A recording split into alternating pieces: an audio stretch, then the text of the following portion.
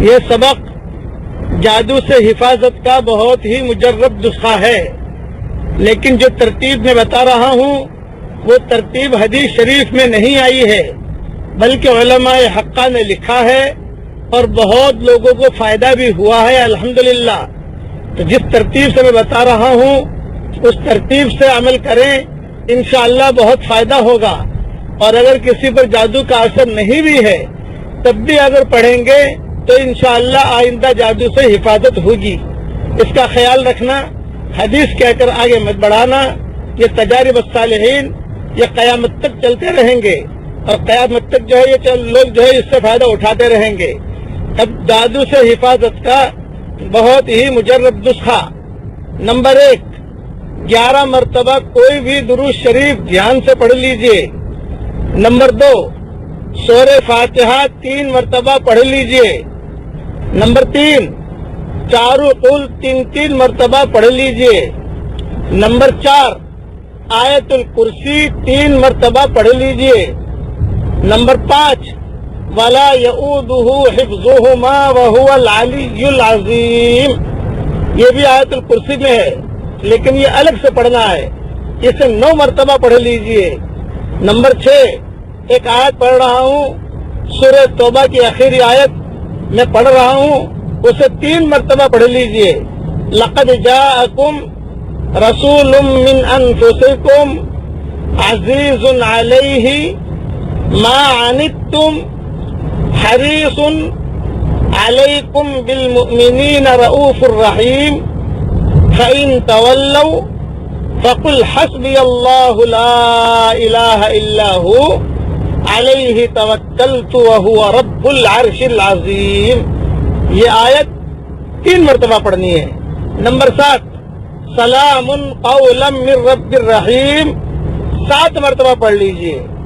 Number 8، پھر 11 مرتبہ کوئی بھی درود شریف دھیان سے پڑھ لیجئے، پھر اپنے بدن پر اور بچوں کے بدن پر، شوہر کے بدن پر، بیوی کے بدن پر دم کر لیجئے، اور پانی پر دم کر کے پی لیجئے یا پلا دیجئے، انشاءاللہ بہت ہی فائدہ ہوگا۔ یہ بہت ہی مجرب نسخہ ہے، میں اس کا امیجز بنا کے بھی بھیج دیتا ہوں تاکہ موبائل میں آپ محفوظ کر سکیں۔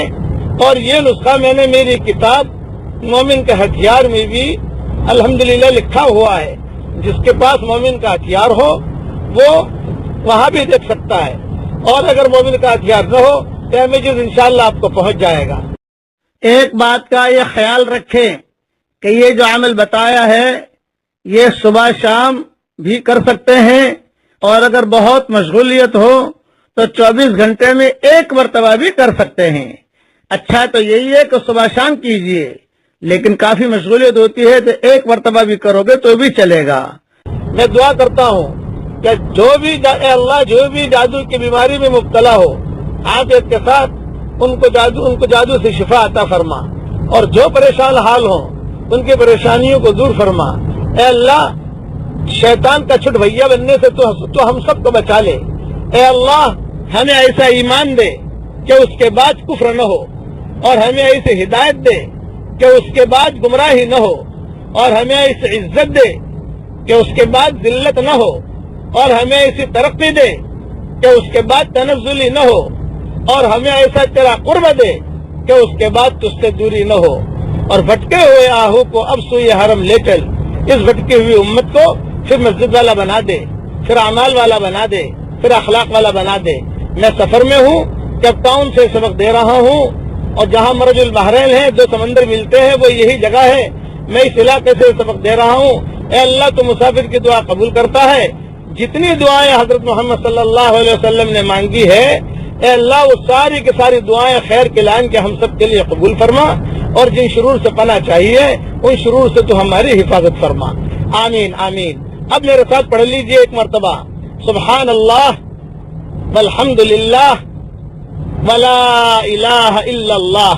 دیکھیے میں نے اتنا پڑھا، اب یہ کلمہ عرش کا چکر لگا رہا ہے، طواف کر رہا ہے، اور میرا تذکرہ ہو رہا ہے اللہ کے یہاں۔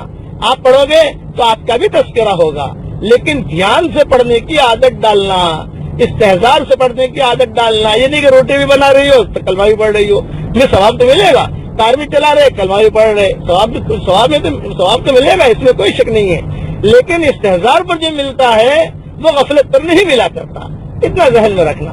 اللہ تعالی ہم سب کو دین پر چلنے کی توفیق عطا فرمائے، آمین آمین۔ والسلام علیکم ورحمۃ اللہ وبرکاتہ، وآخر دعوانا ان الحمد للہ رب العالمین۔ اللهم صل على محمد وعلى آل محمد كما صليت على ابراہیم وعلى آل ابراہیم انك حمید مجید۔ اے اللہ ہمارے گناہوں کو معاف فرما، اے اللہ ہمارے خطاؤں سے درگزر فرما۔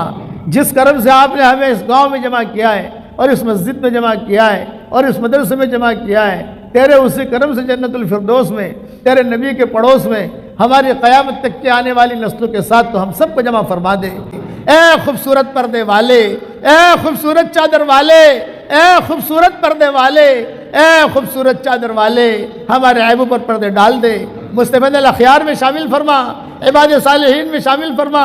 اس سفر میں جو بھی ذرہ خیر وجود میں آیا ہو تو اس کی نگرانی فرما، اس کی آبیاری فرما، اس کی آبپاشی فرما۔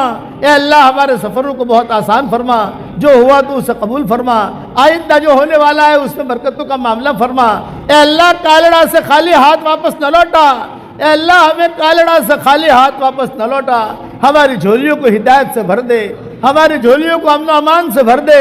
اے اللہ اقوام عالم کی ہدایت کے فیصلے فرما، اے اللہ ہر کچے پکے مکان میں تیری ہدایت پہنچا دے، جہاں جہاں تیرا سورج پہنچتا ہے وہاں تو ایمان اور اسلام کو پہنچا دے، جہاں جہاں تیری ہوائیں پہنچتی ہیں وہاں ایمان اور اسلام کو پہنچا دے۔ اے اللہ ہواؤں کے ساتھ ایمان کا نور داخل فرما دے۔ جب لوگ کہتے ہیں ہواؤں کے ساتھ جراثیم پھیلتے ہیں، ہم کہتے ہیں ہواؤں کے ساتھ ایمان کا نور بھی پھیل سکتا ہے۔ جب ہواؤں کے ساتھ کورونا وائرس پھیل سکتا ہے تو ہواؤں کے ساتھ تقویٰ بھی پھیل سکتا ہے، ہواؤں کے ساتھ قرآن کا نور بھی پھیل سکتا ہے، ہواؤں کے ساتھ نماز کا نور بھی پھیل سکتا ہے، ہواؤں کے ساتھ سبحان اللہ کا نور بھی پھیل سکتا ہے۔ ان ہواؤں کے ساتھ تو ایمان کے نور کو پھیلا دے اور ایمان کی چادروں کو بچھا دے۔